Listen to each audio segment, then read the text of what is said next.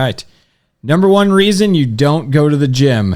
I bet, what do you think it is? You think a lot of people would have a lot of guesses as to what that might be? Yeah, I mean, for some people, maybe it's I just don't want to go to the gym. Don't have time? That's probably what comes out of their mouth. Yeah, that's actually a good point. What could it be, though, that's stopping them from coming in if it's what you're telling yourself, but what's the real reason behind it?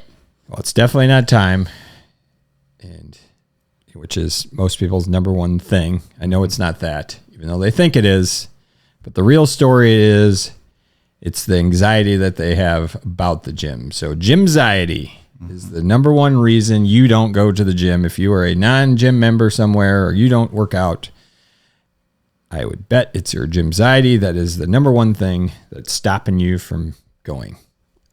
What's Jeff's definition of GymXiety? I'm springing this on you. I know this is putting you right on the spot, but what's the quick definition of GymXiety? The fear of walking into a gym. Exactly. Mm-hmm. Exactly. And I think, we were talking about just being, not having the time or not saying you don't want to.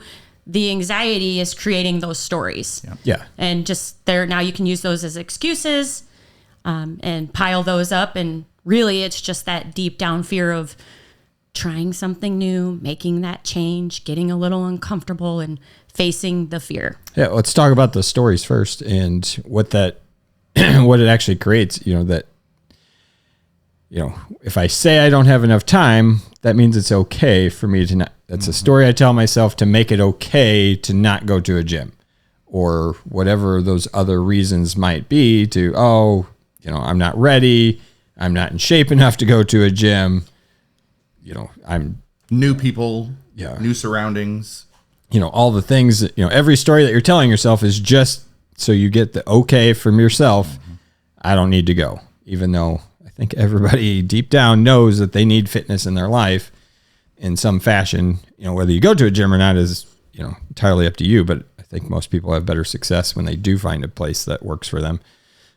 So now it's understanding is that really my excuse? Am I just telling myself that because I'm actually scared of something that's potentially going to be at the gym, somebody, something?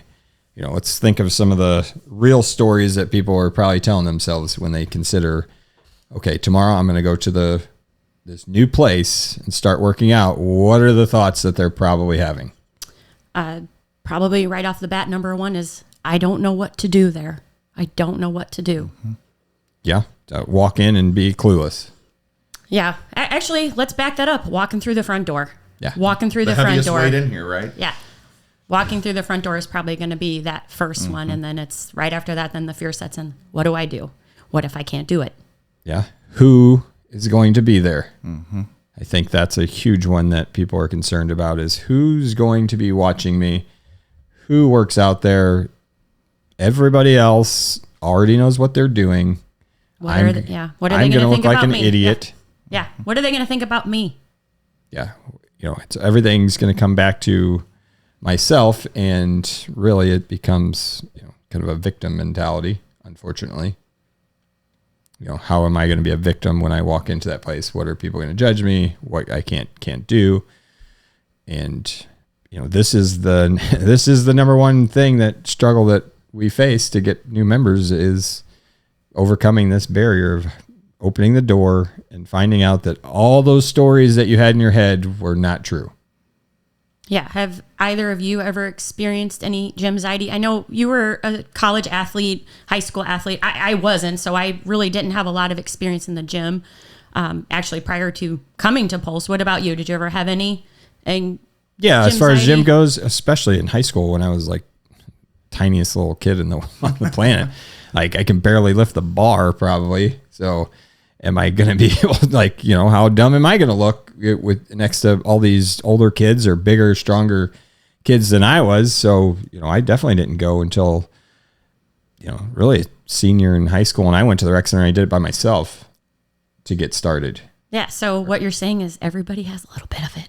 Absolutely. Everybody has a little bit of it. So that was my point. Yeah. I have a story about Jeff that he probably has never had gym anxiety because He's an athlete. He's played sports his whole life.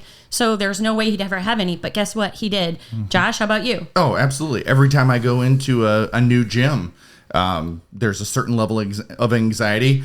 You know, we do mostly free weight stuff here. If I go into a gym and there's all sorts of machines, I'm like, you know, I'll figure it out. But there's already some anxiety. Like, I don't know if I know, you know, somebody watching me. Am I using this machine right? Am I setting it up right? You know, and the gym fail videos. Right. Yeah, exactly. So every time I go into a new one, whether it's on vacation or, you know, anywhere, there's always a level of anxiety there. Yeah. Tina? Oh, for sure. So I started working out at Pulse in 2011.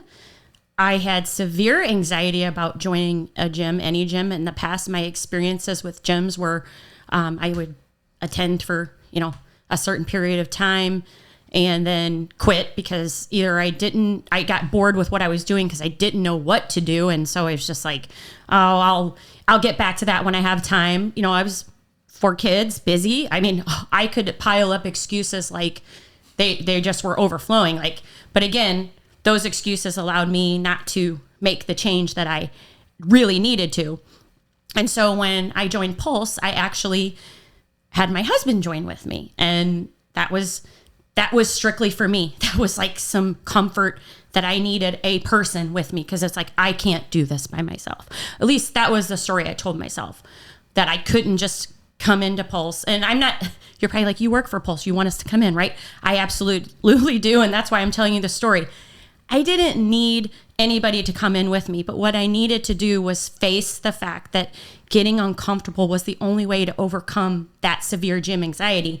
And had I known that Pulse was going to be that place, it would have been so much easier.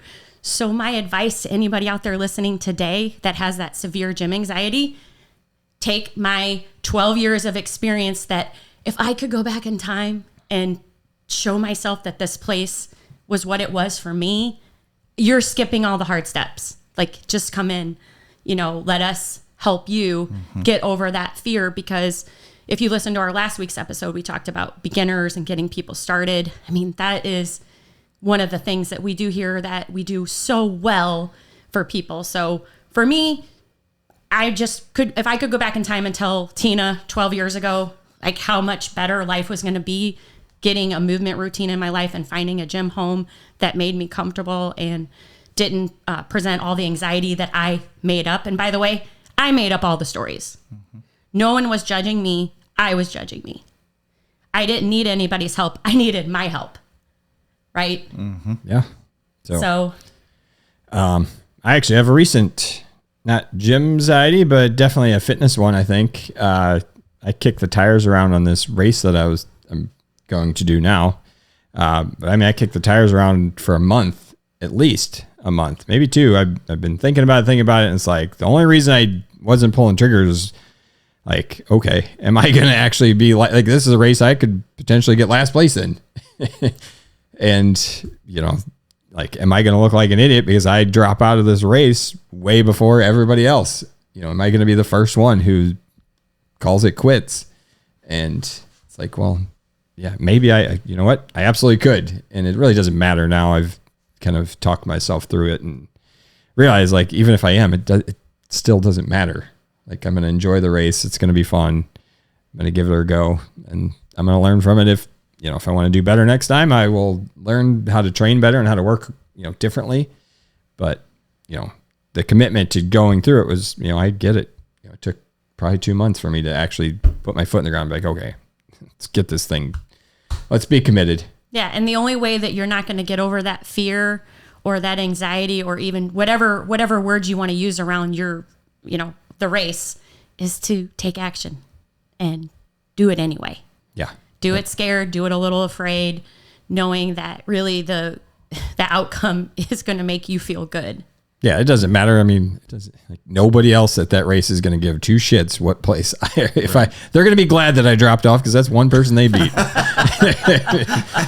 So I'm one less person they have to worry about. So they'll probably actually say thank you to me if I drop out before them. Thank you for signing up. Yeah, thank you for signing up. I didn't get last place because you signed up. Thank you. So, Josh or anybody else, because I think it's important that we share these things because, my goal now, over the next several months and forever really is to just show people how normal this is. We all have these thoughts. And if you're at home sitting there thinking like, oh, I'm the only one that feels this way, you are so wrong. And nobody's talking about this. So that's why we're going to talk about it a lot more coming up. Every sign I see of it, I'm going to bring it up and share different examples of where we see it. So that way it becomes, hopefully, eventually everybody's going to feel comfortable knowing that you're not on some island by yourself and you're the only one telling yourself these stories. Or two, hopefully you actually recognize you've been telling all these other stories and not actually realizing, okay, it is my anxiety that's holding me back from the gym. It isn't my time. It isn't my kids. It isn't anybody else. It's me and my fear of what the gym is going to be like. Mm-hmm. Yeah, something else you mentioned too. You were mentioning earlier about a client that you had met with who was having issues even going outside. Just the anxiety of moving outside. And I tell that story. Yeah, just somebody recent. Just the idea of going outside when other people might be watching them. To go outside and go for a run when anybody could see them outside running. That was a huge barrier that they had to overcome. But overcoming it, it's such a freedom once you can overcome that and those things don't hold you back anymore. What better feeling is there than that? Somebody, like I said, she's no different with that story than everybody who's stuck at home that can't get into a gym. They're trapped, essentially in prison because you can't get out of this hole to go to the thing that's going to make you feel your best. Yeah, when I see somebody outside moving their body, I wish I was outside moving my body. And I actually talked to this client that Josh was talking about, and her and I also spoke about it. And I was like, the people that see you outside walking or doing your interval jogs, you're motivating them. Just think about that. Instead of thinking about being scared to do it, think about that you're inspiring and motivating someone who sees you to get out and do the same thing. And to me, that just reframes the whole story that you're telling yourself. And now you're feeling good and you're creating potentially something exciting and new for somebody else to go out and try and do. Yeah. And, unfortunately, we could tell people that all day, but you're going to have to go experience it. And once you get the first one out of the way or that first door open or whatever it is that you're wanting to do, it drops down probably 70% after you do it once. And all of our clients that have experienced this, and myself included, I can promise you that the feeling that you'll have when you overcome this fear, the good feeling replaces all of it, and you'll only wish you started sooner. Actually, it makes me think we should probably maybe see if that person will come on and tell her story sometime soon. Yeah. So, yeah. Great idea. So any other thoughts on the GymXiety? We're going to overcome this thing. If you're really, really scared, reach out to one of us. We would love to walk you through what it could look like to get a movement routine going. It starts with, where we're at right now in this office with one of us. It can be with nobody else in the gym, just like there is right now. There's nobody else here. Your journey could start as simple as that. And there is no exercise to the first time you walk in. There's no movement. It's just walk in, sit down, and let's have a conversation. Yep. Let's have a nice little chat about what's next. Yeah. So we hope to hear from you soon.